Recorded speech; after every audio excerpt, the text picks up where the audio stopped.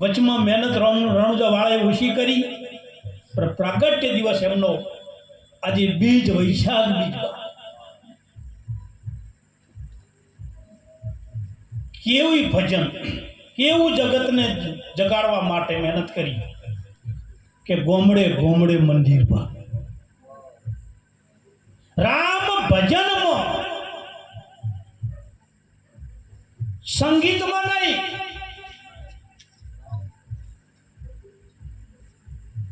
આ દુનિયામાં કોઈ કોઈનું બા કોઈ હગું નહીં, એટલે કીધું રામ ભજન મેં હાલ પરણિયા જીગુમાં જીવણા,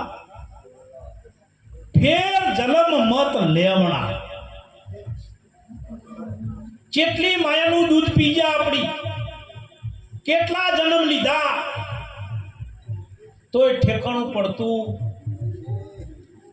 અને મહાપુરુષો સંતો ભક્તો રાડ્યો પાડે છે ને, તો એ કઈ તો એને ટેવ પડી જાય.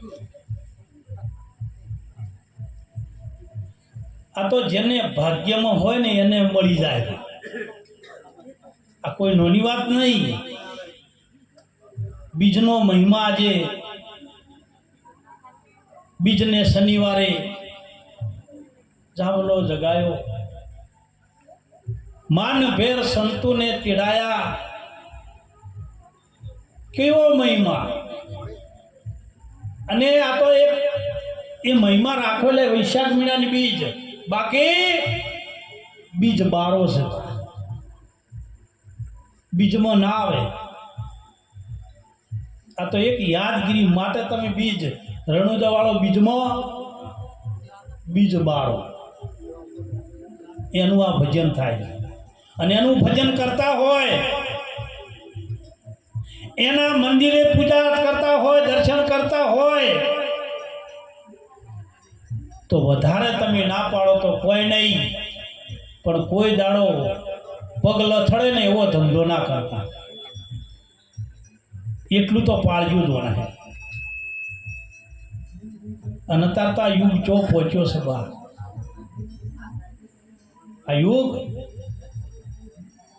હવે તમે વિચાર કરો, ગરજી બાઠીને ચાલે જેલમાં, સુઠાણાની જેલમાં પૂર્યા, તાર મોબાઈલ હતા, આ બધા જોણા મોબાઈલ હતા. જે વખતે રૂપતીના ચીર ખેંચાતા હતા એ વખતે મોબાઈલ હતા.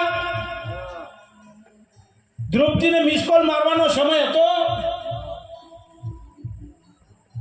અંતરની પુકાર.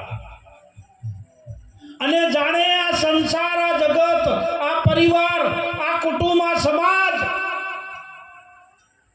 બધાના હાથના છેડા છૂટી જાય ને પછી એ પકડી લે.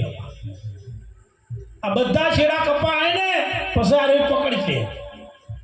બાકી જો ઊંધી હમણાં ટેકા છે ને, જેનું કોઈ નહીં ને એનો છે.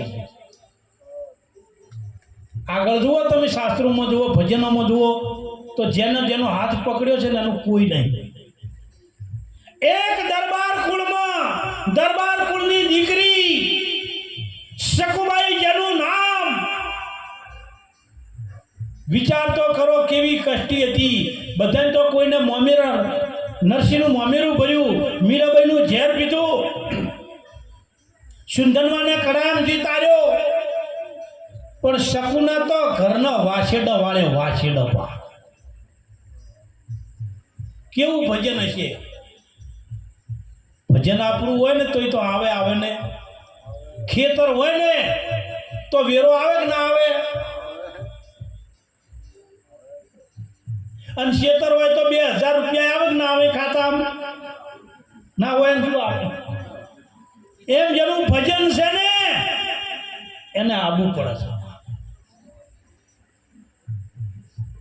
થોડાકમાંથી થોડુંક જગ લડે ને લડવા દો મને હરિભજન. આ જગત છે ને એ તો તમને ક્યાંક હજુ ઉંમર નોની છે, પ્રભુ વાર છે. હજુ છોકરા મોટા કરો, ભણાવો, ભણાવો, પછી ભજન કર્યું, પછી પૂછો અમારે પધારપાને. એ તો ભજનનો જીવડો છે ને. કાટલી ઉંમરે બાપુ, કાટલા મૂંઝા છે કોઈ આવે? એ સ્પ્રિંગ ઊભી થાય એમ ઊભા થાય આમ. હા તો કે છોકરો પરણીને પછી કરજો, પતો બહુ શું ભજન કરવા જવા દે. ઘેર જાઓ એટલે કે મંદિર જાઓ, મંદિર જાઓ મહારાજ કે ઘેર જાઓ, જાવું જો.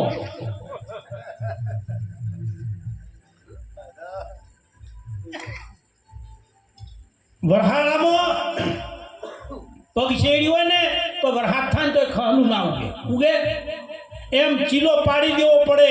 ગમે એવો સમય આવે ને તો એનું નોમ ચાલુ ચાલુ રહે અને એનું ભજન ચાલુ ચાલુ રહે. આરીને વ્યાખ્યા છે. હકીકત કહું, આ ભજન કે કોઈ સત્સંગ નહીં, આ એક વ્યાખ્યા છે. જગતને જગાડવા માટે ભજન તો એકનું છે, સત્સંગ બેનો છે.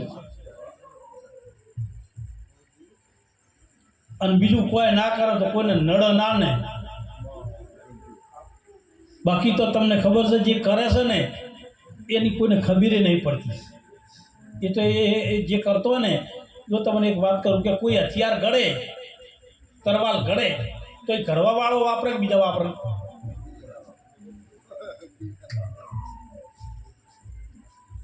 જે તરવાલ ઘડે લઈને નીકળે, જે બનાવે છે એ વાપરતો નહીં, વાપરે છે એ બહુ સમજ્યા જેવી વાત છે.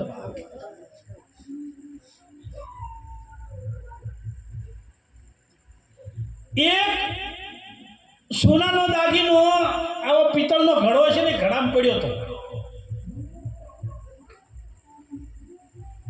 અને એક બે દિવસ 4 દિવસ થયા ને બેને રાગ આવ્યો ને એટલે પિત્તળ બોલ્યું. પિત્તળ